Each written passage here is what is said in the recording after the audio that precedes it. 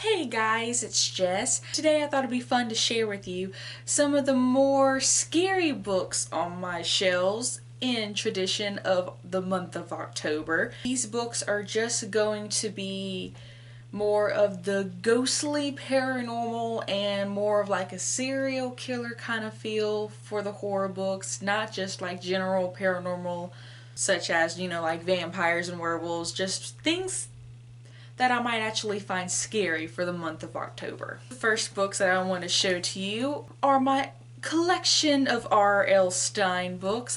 I say collection very loosely. It's more of the only books of R.L. Stine that I've actually owned. I have pretty much read almost every Fear Street novel by R.L. Stine, but I own only 4 of them. The first is called The New Year's Party. The next one is called Secret Admirer. The next one is called Bad Dreams. And then I have here Call Waiting. The next call may be her last. And then my last book that I have by R.L. Stine is a bind up edition of the Night of the Living Dummies series, the first 3 books, which is actually my favorite series by R.L. Stine from the Goosebumps series from when I was little. He walks, he stalks, and he's no dummy. Slappy is no ordinary ventriloquist dummy. When he's around, weird things happen, nasty things happen, evil things, but it can't be the dummy causing all the trouble, can it? 3 books, 1 dummy. Countless scares. Ooh. Next I have here Anna Dressed in Blood and the sequel Girl of Nightmares, both by Kendra Blake. I picked these up because they sounded very similar to the plot line of the TV show Supernatural, and I had been on like a Supernatural binge here recently. She still wears the dress she wore on the day of her brutal murder in 1958. Once white, but now stained red and dripping blood. Since her death, Anna has killed any and every person who has dared step into the deserted Victorian she used to call home. And she, for whatever reason, spares his life. Next I have here The Bad Girls Don't Die Trilogy by Katie Alender. The first one, Bad Girls Don't Die, From Bad to Cursed, and As Dead as It Gets. This is just really like a good ghost story. I've only read the first one all the way through. I've started the second, but for whatever reason I had put it down and picked up another book. But what I read of the first one I really did like, so I do plan on actually going back and finishing this series. When Alexis's little sister Casey becomes obsessed with an antique doll, Alexis thinks nothing of it. Casey is a weird kid, period. Alexis is considered weird too by the kids in her high school, by her parents, even by her own goth friends. Things get weirder though when the old house they live in starts changing. Doors open and close by themselves, water boils on the unlit stove, and an unplugged air conditioner turns the house cold enough for the girls to see their breath. Casey is changing too. Her blue eyes go green, and she uses old-fashioned language, then forgets chunks of time. Most disturbing of all is the dangerous new chip on Casey's shoulder. The formerly gentle, doll-loving child is gone, and the new Casey is angry. Alexis is the only one who could stop her sister, but what if that green-eyed girl isn't even Casey anymore? Next I have here are the first 2 books of the Ransom series, Miss Peregrine's Home for Peculiar Children and Hollow City. Not really sure if these are considered ghost stories because I have not yet read them, but they have like creepy pictures and they seem like they're going to be kind of like ghostly scary, so I decided to include them in this video. Next I have here Chain Letter by Christopher Pike. When Allison gets the chain letter signed your caretaker, she thinks it's a sick joke. But then it becomes clear that someone somewhere knows about that awful night when she and 6 friends committed an unthinkable crime. And now that person is determined to make them pay. Next I have here The Merciless by, I think it's, here it is, Danielle Vega. There isn't really much to this cover. It's quite literally just a pink cover with a pentagram. I don't know if the camera can pick it up. Maybe if I could catch the light in the right way. Yeah. And on the back, all it says is, "Forgive us, Father, for we have sinned." I've actually already read this book. It really and honestly, I can't really tell you a lot about it. You have to basically read the book because I can't tell you anything about it really without spoiling you for it.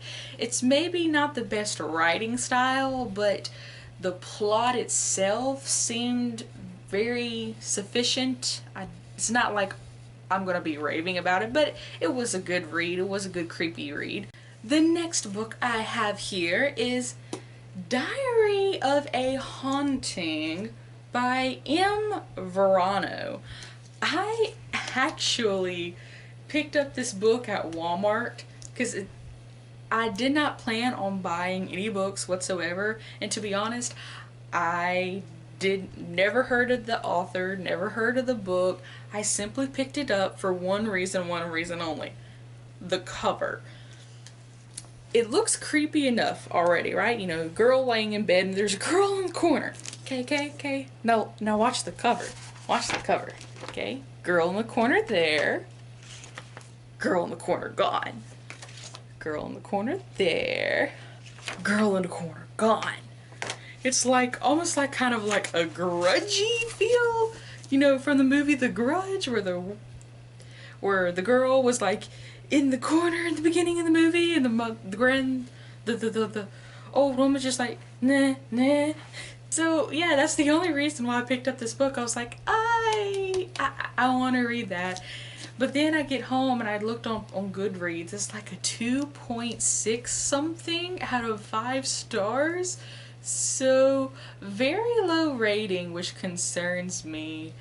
But still want to read it because it looks scary. So maybe the low rating is just for those who don't like, you know, books like this. I mean, you know, just like there's low ratings for movies such as Paranormal Activity. You have to be like a fan of those kind of movies to actually like it. So hopefully that's the case with this book, and it's just not the fact that the book's actually crap. So, letters, photographs, and a journal, all left behind in the harrowing aftermath. And it looks pretty decent. I mean, where did it go? There's like some scary photos in there, and it looks like it's being written in bulk. Ooh. What's up with the flies? I'm getting like the Ring kind of feel. First I get the Grudge, now I'm getting the Ring. So, yeah. The last book I have here, The Summoning by Hilary Monahan. This is an adaptation of the Bloody Mary legend. Fun story about this. I actually was telling my roommate the day we were heading over to Barnes & Noble for the first time, because we don't have a actual like huge Barnes & Noble here in Oxford. We just have the one on campus. So we were driving over to Tupelo and like having like an outing kind of day, like, you know, go out to eat, go to the bookstore. Well, anyway, on the way to the bookstore, I was telling her that one of my favorite like all-time scary legends was the Bloody Mary legend. And I've always wanted to read a book adaptation of the Bloody Mary legend, but I could never find one anywhere. And we're in Barnes & Noble, we're strolling around looking at the books, and my roommate calls me over to the other aisle, and I walk over to the aisle. All these years of looking for a Bloody Mary book, couldn't find one. My roommate looks the first time at the Barnes & Noble, the first time she's looking for it, and it just appears. Get home and I'm pleasantly surprised. The book itself, the book cover itself is scary, okay? Yeah? But look, watch this cover. I have a thing about covers. You see, Mary, there's the mirror, and whew, hand crashing the mirror, bloody. There is a right way and a wrong way to summon her. Jess, of course, I'm in the book, so of course I have to read it. Jess had done the research. Success requires precision. A dark room, a mirror, a candle, salt, and 4 teenage girls. Each of them, Jess, Shauna, Kitty, and Anna, must link hands, follow the rules, and never let go. Okay guys, that is it for what's been haunting my bookshelves. Thank you for watching. And I suggest for you to look at your bookshelf and see what's been haunting yours. See if maybe you can find something creepy to read this October. Bye! Viewer beware, you're in for a scare.